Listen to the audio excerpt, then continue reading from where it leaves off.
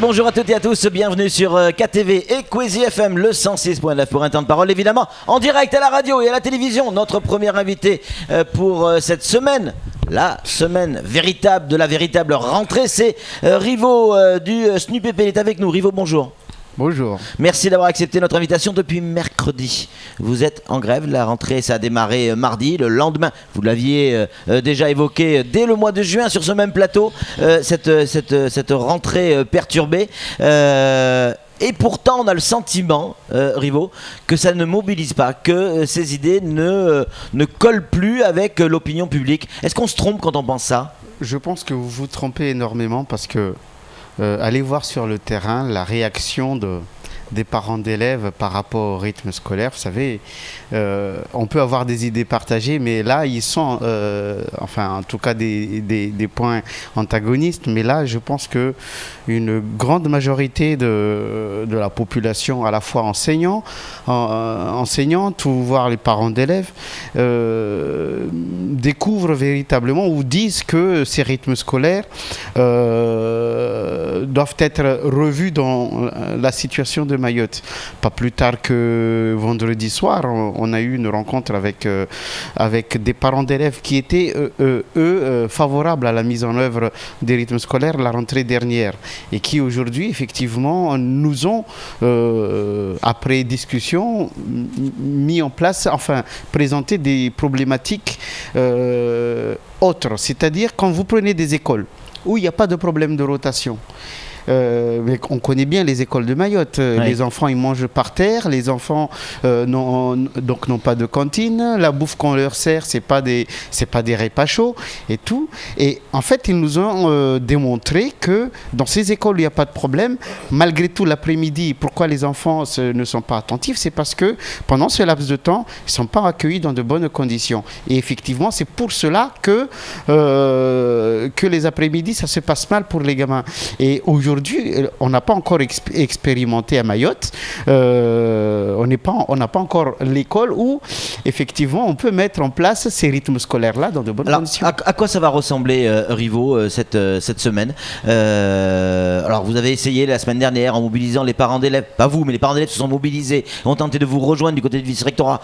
C'était une petite dizaine. Vous étiez une petite trentaine sur le. Il faut regarder sur le terrain. Nous, on ne compte plus ceux qui viennent à Mamoudzou. On regarde ce qui se passe dans les écoles. Où est-ce que ça a mobilisé ? Effectivement, il y avait 2 communes qui étaient touchées. Là, ça commence à avoir plusieurs autres communes. Donc, depuis la semaine dernière, d'autres communes qui nous ont rejoints dans le mouvement. Donc, peut-être c'est ça ce qu'il faut regarder. C'est pas le nombre de personnes qui sont dans la rue, ils sont obligés de travailler dans leurs écoles. Enfin, travailler à côté des écoles, on va dire.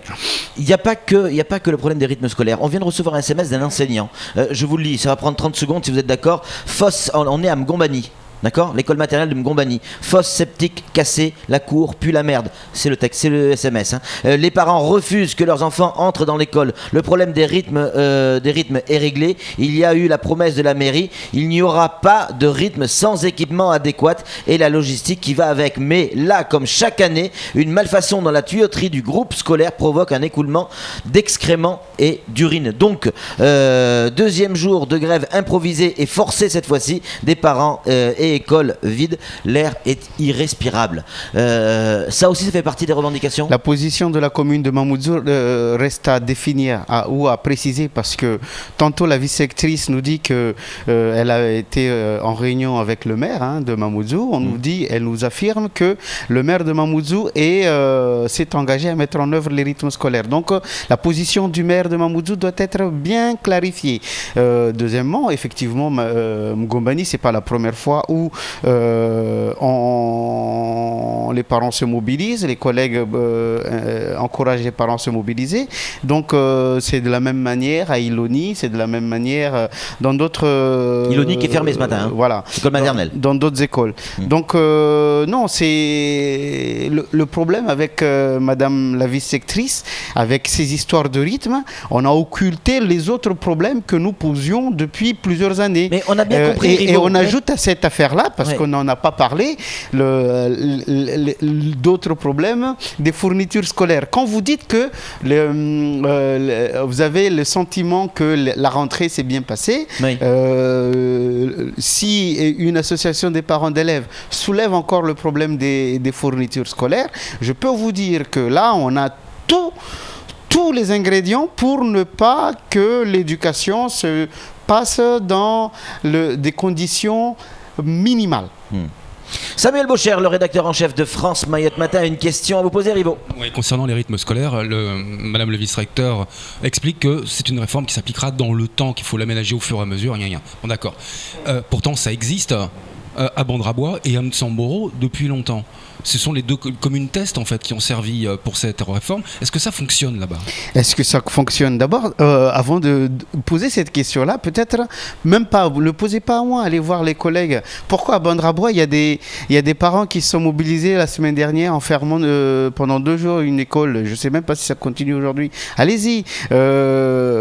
Pourquoi ça marche là-bas, notamment dans les 2 communes, c'est parce qu'il y a eu un travail véritable avec les collègues, et que des collègues ont essayé de faire passer des messages. Mais ce n'a pas été le cas partout. Et qu'aujourd'hui, ça se passe de moins en moins comme ça, et effectivement, les autres problèmes ressurgissent. Mais quand vous posez la question, est-ce que ça se passe bien ? Les collègues avec lesquels nous avons discuté, ils disent, mais les après-midi, il ne se passe rien, parce que peut-être ces histoires d'accueil des enfants pendant la période Comment vous allez faire changer les post-méridienne. choses, Rivo ? Comment vous allez faire changer les choses ? L'année dernière déjà, la scolarité de nos gamins a largement été perturbée avec cette histoire de rythme scolaire. On a bien entendu toutes les revendications, ce que vous nous dites aujourd'hui, vous nous l'avez déjà dit, je crois que tout le monde a compris. Comment vous allez faire changer les choses maintenant ? Est-ce que en fermant une école, ça peut suffire ? Est-ce qu'il faut mieux pas partir dans la négociation, la discussion ? Laquelle négociation ? Laquelle discussion ? Avec qui ? Avec le Parce que la personne avec le ministre, ces personnes-là, on a discuté avec eux pendant toute l'année, l'année dernière. Et je pense qu'il y a eu une ministre ici et que vous avez rencontré. Les bandes que nous avons enregistrées, que nous avons obtenues d'ailleurs grâce à qui, suivez mon regard. Oui, nos caméras étaient là quand vous discutiez avec elle. Et effectivement, j'ai réécouté, j'ai retranscrit tout ce qui a été dit. Nous avait laissé un semblant d'ouverture, de possibilité d'adaptation. Mais effectivement... Là, vous avez le sentiment qu'il y a une marche arrière ? Non, il n'y a pas de marche arrière. Il y avait une possibilité d'adaptation. Ouais. J'ai lu par-ci par-là que des consignes suite à des demandes d'élus et d'organisations locales. Apparemment, on nous avait indiqué qu'il y avait des consignes qui avaient été adressées à la vice-sectrice. Peut-être que c'était des consignes autres que ce qu'on l'espérait, ou en tout cas des consignes qui n'ont pas été suivies. Vous comprenez ? En tout cas, il y a ça et il y a cet entêtement. Moi, aujourd'hui, parce que là, c'est un message que je souhaite quand même adresser aux élus, mais aussi aux représentants de l'État, qui se battent effectivement, qui font tout pour leurs histoires de Mayotte 2025. Comment se fait-il qu'à Mayotte, le gouvernement dit qu'on ne peut pas tout mettre du jour au lendemain, il faudra 10 ans. On est d'accord ? 10 ans. Et c'est à la fois beaucoup et peu à la fois. Ce même gouvernement qui est bien conscient des difficultés que nous avons dans les écoles. Manque de salles de classe, enfin c'était M. Hollande qui s'y était engagé. Mais bon, on regarde encore, on cherche. La personne pour qui vous avez voté. Voilà. Et comment se fait-il que s'agissant de ces rythmes scolaires-là, ne conçoit pas quelque chose qui serait progressif jusqu'en 2025. Enfin, peut-être plus près, mais une mise en œuvre adaptée. Pourquoi encore faire de l'obstruction par rapport aux écoles en rotation, s'agissant des rythmes scolaires. Donc c'est à ce niveau-là qu'on n'arrive pas à comprendre quand on nous parle, on nous vante... Elle est où la solution alors, Rivo ? On va pas rester comme ça pendant des siècles. Je pense que il y a une obligation faite à l'endroit de la vice-rectrice de discuter avec les enseignants, avec les parents d'élèves et avec les élus locaux. Mais il s'agit ici, et quand je discute avec les maires en tête à tête, ils me disent non, nous on nous oblige. On nous oblige et on sait pertinemment que ça ne marche pas. Vous comprenez? Donc, Pourtant, vous avez fait une visite avec madame la vice-rectrice dans certaines écoles. Vos collègues n'ont pas été très très clairs avec la vice-rectrice. Alors là, les collègues qui étaient à Cavani Sud, oui, ils ont été très clairs. Oui. Que ce soit les collègues, que ce soit les parents d'élèves. Hein? À Doujani, elle a pris la fuite. Les collègues sur 16 collègues qui étaient présents, il n'y en avait que 4 qui avaient une position, peut-être pas, qui partageaient la position de la vice-rectrice. Ouais. Donc, et les parents d'élèves, ils étaient très, très virulents par rapport à ces rythmes scolaires. Donc, je ne sais pas si, effectivement, ils n'étaient pas très clairs. Je pense surtout qu'il y a une personne qui est ici, qui a quelques... Comment vous appelez ça pour les chevaux? Et ouais, donc c'est ça et puis il ne veut pas regarder à côté. On nous fait du bashing. On nous dit c'est un chanteur. Du bashing, c'est pas mal. On nous dit que ça marche et puis on pense que ça va marcher, mais non. Sam. Très clairement dans ce dossier, moi je sais plus à quel sein me vouer parce que. Il n'y a pas de sein. Il n'y a pas de sein, ça n'existe pas. Et aller sur le terrain, discuter avec les gens sans caméra, on écoute la question. Et vous verrez bien. Comment se fait-il qu'il n'y ait pas de position marquée par les élus? Je pense au maire à l'heure actuelle. On nous dit qu'à Sada, non, c'est pas appliqué. On nous dit qu'à Mgombani, non, c'est pas appliqué tant qu'il n'y aura pas d'aménagement fait. Et en fin de compte, quand on regarde, on nous dit si, ce sera appliqué. Alors, je ne sais plus du tout où on en est. Mais il ne faut pas croire en quelque chose. Hein. C'est des gens qui parlent et l'année dernière, quand on avait décidé d'arrêter le mouvement, l'année dernière, on s'était dit, il y avait des gens qui espéraient que les élus allaient avoir une année pour préparer la rentrée, pour préparer les rythmes scolaires cette rentrée. Allez voir où est-ce que ça s'est préparé. Et revenez, faites ce bilan-là. Donc les maires, ils remplissent des cases, ils cochent des petits trous là, et puis pour eux, ils ont préparé le travail. Mais non, le terrain, il n'y a rien qui a été préparé s'agissant des rythmes scolaires. Rivaux, sur l'aspect syndical, SNUPP, que vous représentez aujourd'hui, avouez tout de même que c'est pas j'allais dire une super réussite en termes de mobilisation. Attendez, je vous vois déjà vous énerver, mais ne vous énervez pas. Juste vous dire que si vous n'avez pas les parents d'élèves, il n'y a personne avec vous. Non, mais vous pensez que les parents d'élèves, on discute comment avec eux? Comment est-ce que nous n'avons pas donné de consignes à l'endroit des collègues de se mettre d'accord avec les parents d'élèves? C'est ça, donc il vous faut le soutien des parents d'élèves pour vous faire entendre. C'est-à-dire que les instituts qui sont censés vous suivre ne vous suivent pas forcément. Non, ils ne nous suivraient pas si effectivement ils ne discutaient pas avec les parents. Merci. Pour le moment, ils vous ont peu suivi. Je crois que le vice-rectorat faisait état de 3% de mobilisation. C'était jeudi dernier. Ils savent très bien compter. 7, je crois. Comment voulez-vous que la réussite soit bien si déjà ceux qui sont censés nous apprendre à compter ont des difficultés à compter? Je ne parle pas des renseignements généraux ici. Hein. Quel moqueur. En attendant, on en est où, Rivaux? La grève continue ou pas? Allez regarder sur le terrain si ça n'a pas augmenté. À quoi elle va ressembler cette semaine? Je pense que on va avoir de plus en plus d'écoles fermées. Il y a eu un travail des parents d'élèves aussi pendant ce week-end de mobilisation.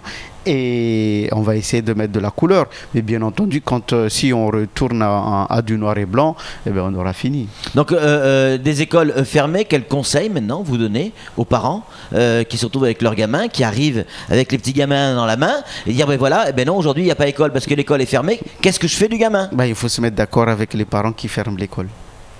Oui, mais maintenant l'enfant, le gamin qui va à l'école, et on en fait quoi? Je pense que si vous pouvez aussi mettre les enfants dans les écoles, mais s'il n'y a personne pour les accueillir, ça ne sert à rien. Vous en voulez à qui aujourd'hui? À la vice-rectrice. À l'entêtement de la vice-rectrice. Et je ne pense pas que nous soyons, organisations syndicales, les seuls à avoir cette position. Il y a l'UNSA qui vous soutient, je crois. J'ai suivi une association des parents d'élèves sur les ondes à la télé concurrente, effectivement, qui ont changé de position. Donc, discuter avec les syndicats, les autres syndicats. Nous, on s'affiche, nous sommes les petits ébus qui sont perdus, vous comprenez? Et effectivement, on ose dire ce qu'on pense, mais il y en a qui sont derrière, qui qui se cachent et qui essaient de sortir du bruit. Mais effectivement, honnêtement, pense vous croyez que vous pouvez gagner ce combat? Nous pouvons gagner sur le temps. C'est comme les autres sujets. On a mis du temps et on a quand même avancé. Et on avancera sur ce sujet-là. Mais malheureusement, il va falloir du temps. Parce que l'entêtement fait que effectivement. Du temps, ça veut dire qu'on risque d'avoir encore une année scolaire sacrifiée pour nos gamins. Non, on n'a jamais sacrifié de. À force, ça va. On n'a pas été en grève pendant toute l'année scolaire dernière. Elle a été perturbée quand même. Elle a été perturbée, mais chaque année c'est perturbé. Mais c'est pas là l'objectif. On peut les laisser là, et ne pas faire semblant de travail. Mais moi, ce que je souhaite seulement que notre administration nous demande, nous dise très clairement, faites semblant. Et on accueillera, on sait faire. Rivo, merci beaucoup d'être venu sur ce plateau et d'avoir répondu à nos questions. Allez, c'est tout pour ce temps de parole. Tout de suite, la suite de notre programme, et Dieu sait qu'il est chargé. Il n'existe pas.